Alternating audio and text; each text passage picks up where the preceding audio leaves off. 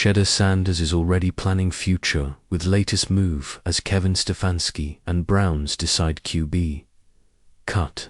For more than 2 months now, the biggest story out of Cleveland was an experience holding center stage.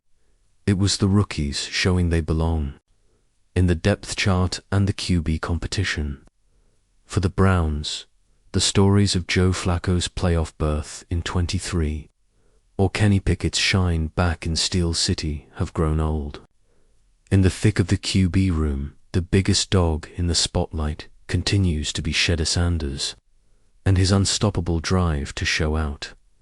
After reaching Cleveland at the end of his draft journey, Sanders' mission wasn't about making people regret passing on him. It was about showing the league his legendary tag was legit. And after impressing at the rookie minicamps, the OTAs, and the mandatory minicamps, Sanders only seems to be picking up more speed.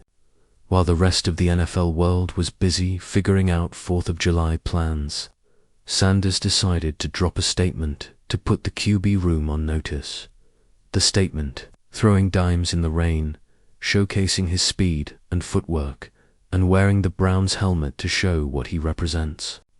And as insiders believe, that move was a marketing masterclass. On a recent edition of the Ultimate Cleveland Sports Show, the crew broke down the film of Sanders practicing in the rain. Adam the Bull Gerstenhaber saw it as Shedeur gearing up for the future. As he called it, he should practice in the rain a lot, 'cause there's bad weather here.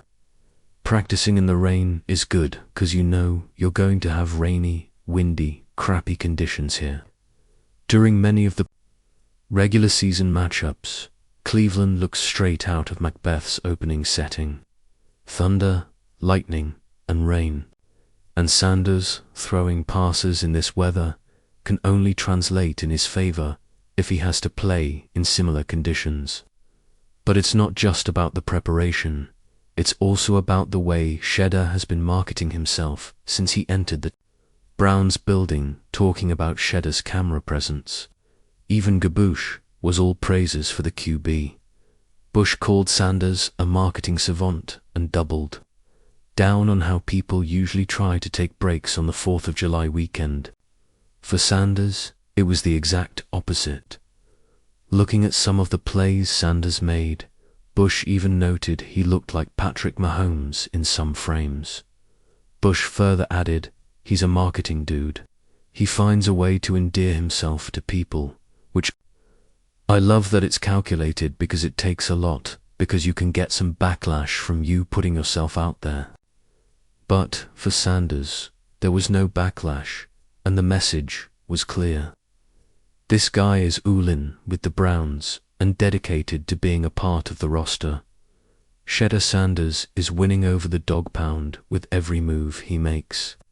He's made it known that he's here to stay, no matter how many curveballs you throw at him. But as Sanders works to become a valuable piece for the Browns locker room, there's another QB whose time seems almost up. For Deshaun Watson hinting at a return during the season, his future looks as bleak as Cleveland's stormy skies, once heralded as the missing piece for the Browns. Deshaun Watson didn't take long to become a lesson in regret for the franchise.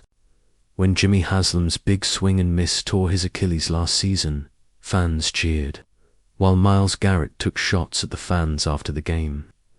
The signs of dissatisfaction couldn't be clearer for the dog pound, and as Watson hints at major progress with recovery and a return this new season, it doesn't look like he's a part of the equation anymore. Watson isn't one for giving up. This off-season he stood his ground with, "They don't think I can get back to where I was.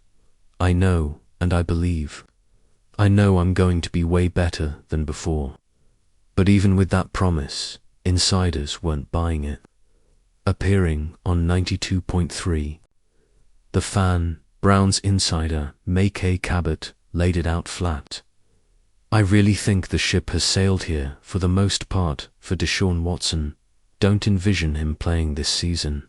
And I think it's going to be a long shot even next season. if he's still on the roster. Cabot also believes the Browns will hold on to him for now because of the salary cap, but a post-June 1st trade in 2026 can save them a lot of money. For now, Watson is repaying a favor to Deion Sanders by taking Shedeur under his wing and showing him the ropes. Coach Prime was one of the people who had supported Watson through his injury. With Flacco firmly away from the mentorship group, Watson is taking on a bigger role of passing the knowledge. His chances on the gridiron. The rest of the Browns seem to have decided to move on from their $230 million heartbreak. The writing's already on the wall for 2026.